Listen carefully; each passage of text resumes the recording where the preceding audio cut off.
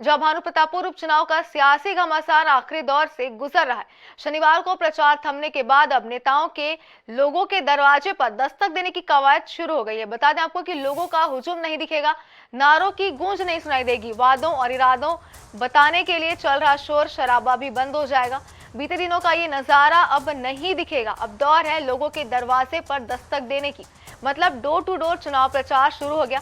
लोगों से गुजारिश की जाएगी, उनसे मिलकर वादे किए जाएंगे, उनको अपने इरादे की जानकारी दी जाएगी, लेकिन शोर शराबा नहीं होगा। 5 दिसंबर को उम्मीदवारों की किस्मत ईवीएम में कैद हो जाएगी। ऐसे में शनिवार को सभी दल अपना दमखम झोंकते नजर आएंगे। सीएम भूपेश बघेल ने 2 सभाएं की। कांग्रेस नेता इलाके में कैंप कर रहे हैं, तो वहीं बीजेपी के प्रदेश अध्यक्ष समेत कई दिग्गज नेता भी डेरा जमाए हुए हैं। सर्व आदिवासी समाज के नेता भी पीछे नहीं, वे भी अपनी दमदार मौजूदगी दर्ज कराते दिखे। दरअसल ये उपचुनाव सभी के लिए खास मायने रखता है। 2023 के दंगल के लिहाज से यहां मिलने वाली जीत और हार का तमाम सियासी दल भी आंकलन करेंगे। खैर, इंतजार महज चंद दिनों का है। 8 दिसंबर को किसके माथे जीत का सेहरा सजेगा, ये सामने होगा।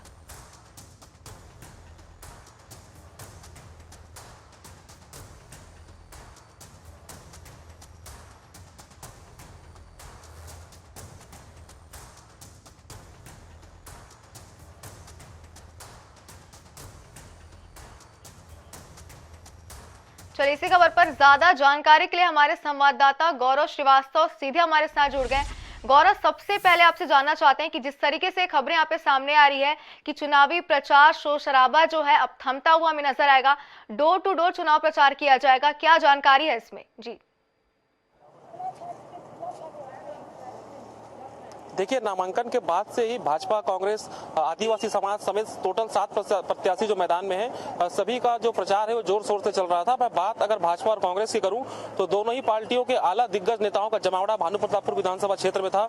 एक एक बूथ तक सभी दिग्गज नेताओं की ड्यूटी लगाई गई थी। पार्टियों की तरफ से सभी मतदाताओं को रिझाने का प्रयास कर रहे थे। वही आदिवासी समाज गाँव गाँव में बैठकें कर रहा था। अन्य जो प्रत्याशी है वो भी अपने प्रचार में जुटे हुए थे। आज प्रचार का अंतिम दिन था। आज भाजपा और कांग्रेस दोनों ही पार्टियों ने अपनी पूरी ताकत झोंकी है। मुख्यमंत्री भूपेश बघेल ने कोरर और लखनपुरी में 2 बड़ी आम सभाओं को संबोधित किया है। वहीं डॉक्टर रमन सिंह जो कि पूर्व सीएम है, उन्होंने चारमा और भानु प्रतापपुर में 2 बड़े रोड शो किए हैं। तो आखिरी दिन दोनों ही पार्टियों ने पूरी ताकत झोंक दी है। वही आदिवासी समाज भी अपने स्तर पर अपने प्रचार करने में जुटा हुआ है। अब इसके बाद का जो आगे की जो कड़ी होगी, जो प्रत्याशी है वो अब एक एक घर के चौखट तक पहुंचेंगे और मतदाताओं को रिझाने की कोशिश करेंगे।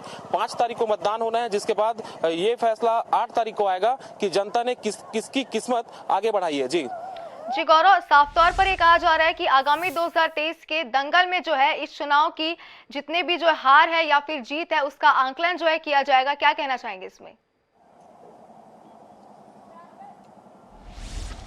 जी, निश्चित तौर पे इसे आप सभी फाइनल मान सकते हैं आगामी 2023 चुनाव का, क्योंकि इसके बाद नवंबर 2023 में 23 के विधानसभा के चुनाव होने हैं और इसको लेकर दोनों ही पार्टियां भी इस चीज को जान रही हैं कि इस उपचुनाव की जीत और हार उनके लिए काफी मायने रखती है। इसके चलते ही दोनों ही पार्टियों ने अपने आला दिग्गज नेताओं को भानु प्रतापपुर विधानसभा में झोंक दिया था। सीएम से लेकर पूर्व सीएम तक सभी नामांकन के बाद से आज दोपहर 3 बजे तक इस विधानसभा क्षेत्र में अपने प्रत्याशियों के लिए प्रचार करते हुए नजर आए हैं। जी गौरव, जिस तरीके से भानु प्रतापपुर उपचुनाव की कवायद जो है जब से शुरू हुई हम देख रहे हैं, तब से कई तरीके के वार पलटवार नेताओं के बीच सामने आ रहे हैं। कई तरीके के मुद्दे जो है, चाहे वो आरक्षण के मुद्दे हो, चाहे किसी भी तरीके के मुद्दे हो, लगातार हमारे सामने आ रहे हैं। ये एक नया प्रचार का यहाँ पे शोर हमें सुनाई देने वाला है, जिसमें शोर शराबे नहीं होंगे, लेकिन जो है घर घर जाकर वादे किए जाएंगे, वोट की अपील की जाएगी। कितना असर इस नए तरीके के चुनाव प्रचार का चुनाव पर पड़ने वाला है? देखिए, इस उपचुनाव में आदिवासी समाज जब मैदान में आया तो उन्होंने थोड़ा समीकरण भाजपा और कांग्रेस का बिगाड़ा जरूर है। और अब जो है जब डोर टू डोर प्रचार होगा तो निश्चित तौर पे जो आदिवासी समाज है वो अपने समाज के लोगों को रिझाने की और कोशिश करेगा। साथ ही भाजपा और कांग्रेस के द्वारा भी यह कोशिश की जाएगी कि इस उपचुनाव में उनकी जीत हो और जो मतदाता है उन्हें रिझाने की कोई कसर अब नहीं छोड़ी जाएगी।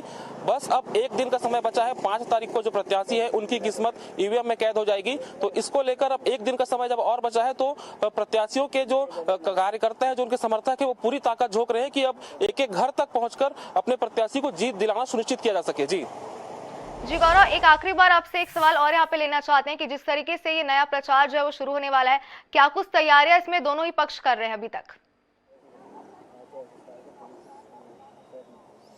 देखिए, अब चुनाव प्रचार थम चुका है। जो आला दिग्गज नेता हैं, निश्चित तौर पे उनका वापस लौटने का सिलसिला शुरू हो जाएगा। अब बारी आती है जो बूथ लेवल के कार्यकर्ता हैं, उनकी बारी अब आ चुकी है। वो घर घर तक पहुंचेंगे और मतदाताओं को अपने प्रत्याशी के लिए रिझाने की कोशिश करेंगे। तो निश्चित तौर पर आज शाम से लेकर कल शाम तक का जो समय है वो दोनों पार्टियों के अलावा जो अन्य प्रत्याशी हैं उनके लिए भी महत्वपूर्ण है। आदिवासी समाज भी अब ये कोशिश करेगा कि वो और बैठ के करके घर घर तक पहुंचकर अपने लोगों को अपने साथ ला सके और इस उपचुनाव में कोई नया पैतरा दिखा सके कि किस तरीके से आदिवासी समाज जो शुरू से बात करते आ रहा है कि हम इस आरक्षण के मुद्दे को लेकर चुनाव को जीतेंगे। तो निश्चित तौर पर भाजपा, कांग्रेस, आदिवासी समाज सभी की ये कोशिश होगी कि मतदाताओं को रिझाया जाए और 8 दिसंबर को जो नतीजे आएंगे उसमें जीत हासिल की जाए। जी जी बिल्कुल गौरव, आगे देखने वाली बात होगी कि चुनाव के नतीजे क्या आते हैं, किस तरीके की इसमें वोट और की अपील की जाती है, चुनाव प्रचार किस तरीके से आगे किया जाता है। बहुत बहुत शुक्रिया हमारे साथ जुड़ने के लिए, तमाम जानकारी के लिए।